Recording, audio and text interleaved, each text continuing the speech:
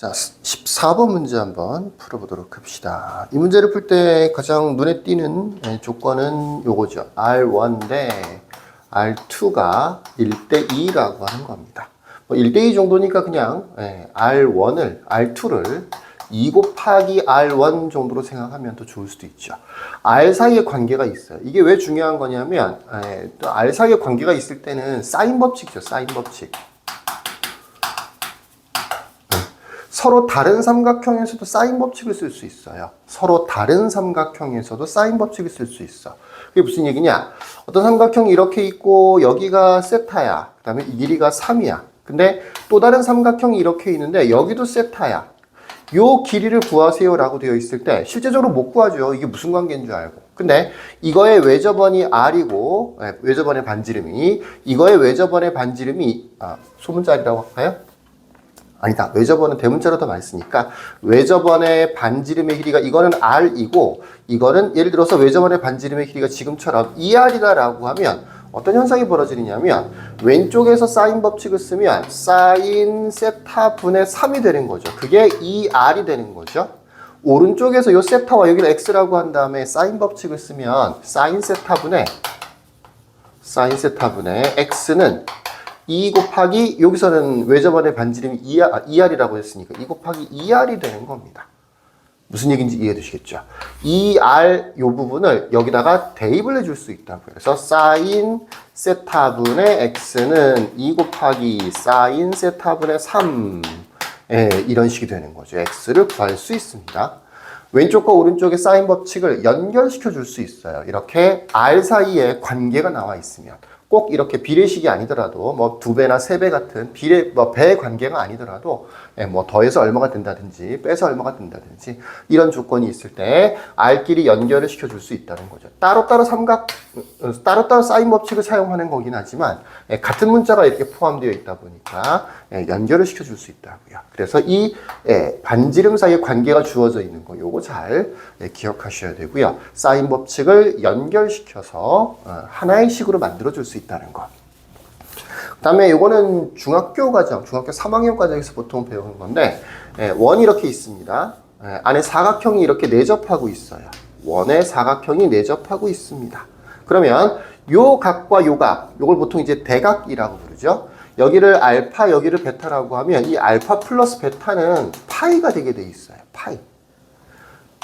대각의 크기의 합은 파이가 됩니다. 또는 한쪽을 이렇게 연장을 시켰다라고 하면 이걸 보통 이제 외각이라고 하는 거죠. 이 내각과 대각의 외각 여기랑 똑같아진다라고 하는 공식이 있어요.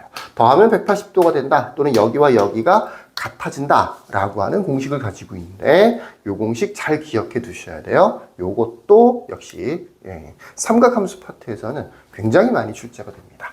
자, 이 두 가지를 어떻게 적용시켜 줄 수 있는 거냐. 첫 번째는 A와 B를 이렇게 연결을 시켜주면 같은 계통의 각도들, 연결되는 각도들이 있어. 말하자면 여기하고 여기는 더하면 180도가 되겠죠. 그죠? 또 여기하고 여기는 더하면 180도가 되겠죠. 실제로 여기와 여기 다 셋 다 똑같다는 얘기가 아니고 같은 종류라는 얘기인 거야. 여기가 세타다라고 하면 여기를 세타라고 둘 수 있고요. 여기는 파이 마이너스 세타라고 둘 수 있죠. 비슷하게 여기와 여기를 연결시켜서 같은 각도로 표현해 줄 수가 있다고요. 세타, 그럼 뭐 파이 마이너스 세타 또는 여기는 세타 이런 식으로 표현해 줄 수 있다고. 왼쪽에서 사인 법칙과 오른쪽에서 사인 법칙을 사용을 하려면 연결되는 각이 필요하거든요. 그게 지금 x끼리 또는 동그라미끼리 연결이 될 거다라는 얘기입니다.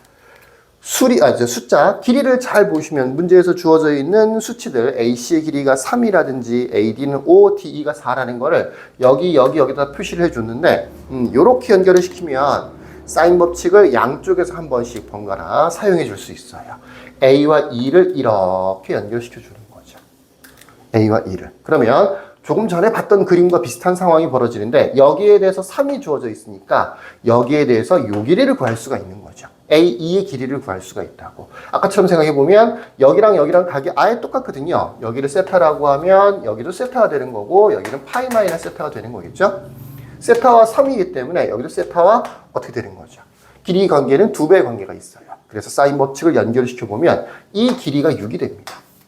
자, 이 길이가 6이라는 게 왜 이렇게 중요한 거냐? 이 삼각형에서 코사인 법칙을 쓰면 5, 6, 4 세 변의 길이가 다 주어져 있기 때문에 코사인 세타를 구할 수 있어요. 그럼 이제 코사인 세타가 구해졌다라고 하면 이 전체 큰 삼각형에 대해서도 3, 5, 4 길이들이 다 주어져 있죠. 이 길이만 구할 수 있는 거고 C2의 길이를 아예 구하라고 되어 있죠. 전체적으로 큰 삼각형에서 코사인 법칙을 다시 한번 사용을 해주면 C2의 길이를 구할 수 있게 되는 거죠.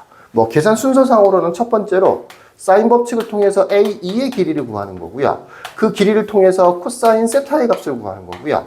여기를 세타라고 했을 때 그 코사인 세타를 가지고 뭘 구할 수 있다고요? 선분 C2의 길이를 구할 수 있게 된다라는 얘기입니다.